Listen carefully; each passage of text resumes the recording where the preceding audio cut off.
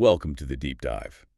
Today, we're digging into something fascinating. Yeah. The source materials you brought up about how much some religious texts, well, focus on money. It's quite surprising, isn't it? The sheer volume. Right. Our mission today is basically to unpack why. Why is financial stuff so central? Well, the sources are pretty clear. If you just look at the numbers, Jesus's parables, for instance, Okay. over a third of them, they deal directly with money, finances, debt management, things like that. That's already a huge chunk. Yeah. But then there's the other statistic. Good verse count. Yeah. The claim is, 2,350 verses? Exactly. 2,350 verses on wealth and money. Yeah. And sources say that's more than verses on faith and prayer combined. Which really makes you stop and think, doesn't it? Why?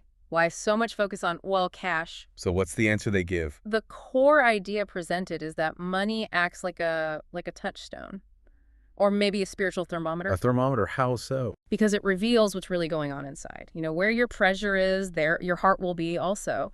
It shows where you actually place your trust. Okay, so it's a diagnostic tool in a way. Precisely. And the sources then outline these two contrasting economic systems that help us understand this. Right, the human and the divine systems.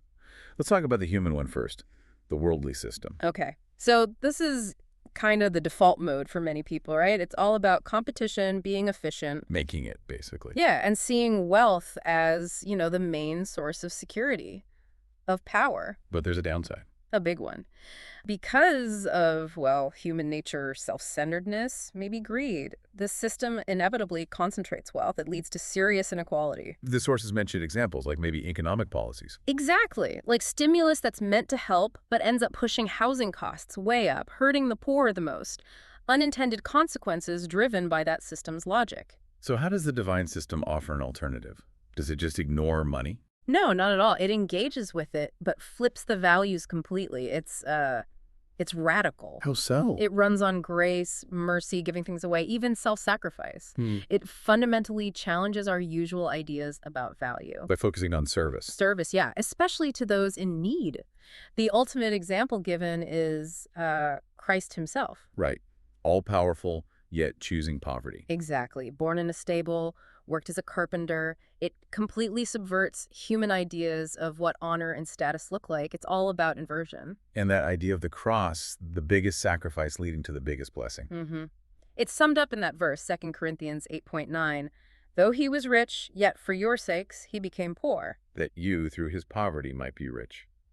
Spiritually rich, presumably. That's the implication. Right. Which leads directly into how we handle our money. It becomes a test. The test of stewardship. Right. It's not just about balancing the books. The sources point to Luke 16:1 in. It asks, if you can't be trusted with unrighteous wealth, worldly money, who's going to trust you with true wealth? So handling money well is like training for handling more important spiritual things. That's the connection they make, yeah. Money is a trust from God. It's never the real source of security. We see that, don't we? Markets crash, jobs disappear, paper wealth can vanish. Instantly.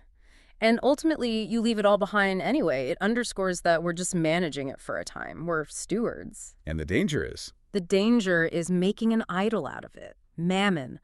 Not just liking money, but letting it replace God in your heart, becoming its servant. So it's not about being rich or poor, necessarily. No, the sources stress it's about how you manage whatever you've been given, little or much. That's what reveals your heart.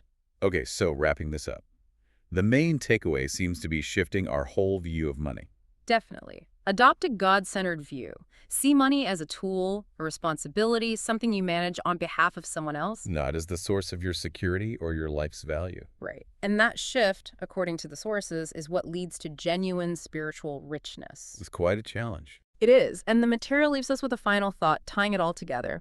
It says, life itself is your most valuable asset. Price it up, really. Okay. So the provocative question for you, the listener, is this.